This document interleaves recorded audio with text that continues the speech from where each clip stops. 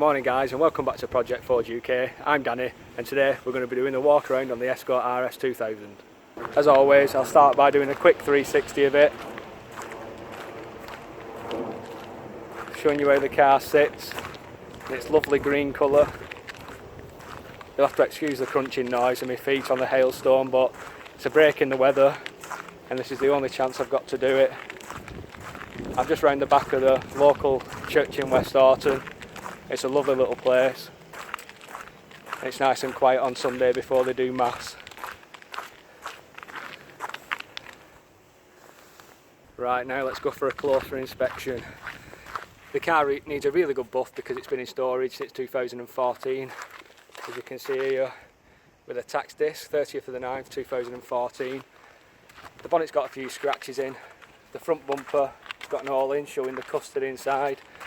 The front towing eyes inside the car, the cover should I say, but that'll just clip back on. It's not got the clip with it. I love these original RS2000 alloy wheels for the Mark 6. They need refurbing and new centre caps. The brakes definitely need doing all the way around. The door has got your usual rusty bits on the corners as well. Now here's one. I always thought that the two-wheel drive Escort RS2000 had drums on the back, but this seems to have discs and pads, so I'm not sure if that's been upgraded or some of them did come with discs on the back. But again, the wheel arch has gone there and needs sorting out. Petrol cap don't look too bad inside. That needs sorting out as well. Around the back of the car, tailgate's gone, which is a common problem on these. I've got new badges coming for it. I've got a tailgate for it as well, that was included in the sale. Around the other side, it's got a nice exhaust on it. Arch has gone quite bad on this side, so it's probably going to need outer and inners. I'm not sure about the sills, but that's pretty much the outside. Have a quick scan of the roof.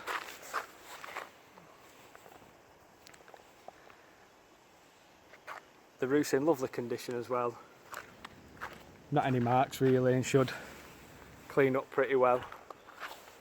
Just have to stop filming again as the hailstorm ruins the day. But I'm committed to this and I'm definitely going to get this video done today, whether it kills me or not, and it's freezing. Inside the car you can see it's got the standard white dials which came on these RS2000s. It's done 108,743 miles. Down here there's quite a lot of wires hanging down, as is the fuse box. I think they've bypassed the original alarm. I'm going to whip the transponder out of the key at some point and check that they've not bypassed the immobiliser as well. But all the dials work. The heaters are a bit hit and miss on the screen, but I really don't know how powerful they're supposed to be. The handle's missing off the sunroof, but I've just found that in the back when they're having a bit of a clear up there. And also the stereo is absent, but that's not a problem either. You can get them for 20 quid off eBay. The switch here for the window doesn't work. I don't know whether it is the switch or the motor. The gear linkage is really sloppy as well. It does go in gear, it drives really nice this car, so I might just try and see if I can get a new gear linkage, which the chances of that are probably zero. Another common problem was the trims. These need retrimming. Again, try and either find this fabric or take these door panels off and re-glue them. The bolsters and interior on this car are absolutely lovely. I love the pattern, it's so 90s, it's untrue. And the steering wheel as well is in really good condition considering the miles, but I've got a brand new one, or should I say a retrimmed one, with a Fiesta Z-Tech airbag, so I don't know which one I'm going to put on yet. There's a scan of the passenger seat. The back seats look lovely as well. It's in good condition, this car.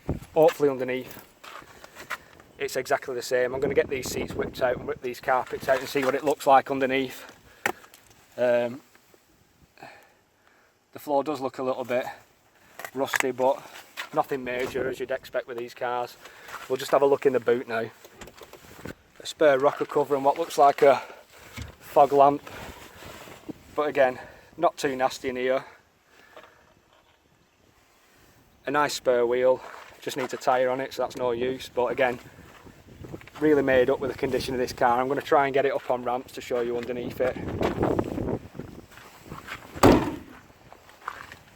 But I'll just have another lap for you and show it you, and then I'll start it up and show you under the bonnet.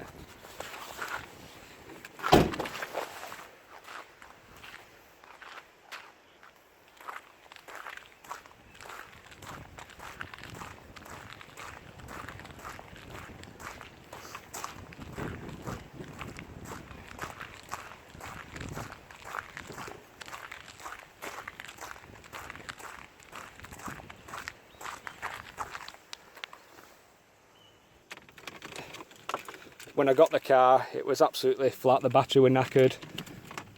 I put a battery on and pretty much starts first time. So I'll show you under the bonnet now.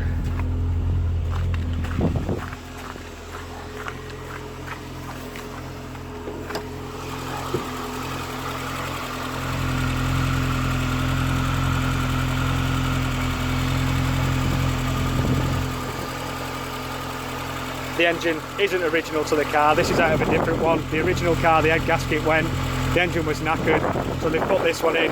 It runs sweet as a nut, it runs absolutely perfectly, and once that gear linkage gets sorted out, I think it'll run well, it'll feel a lot better. But it has been painted, that it just needs a good service and a good check over.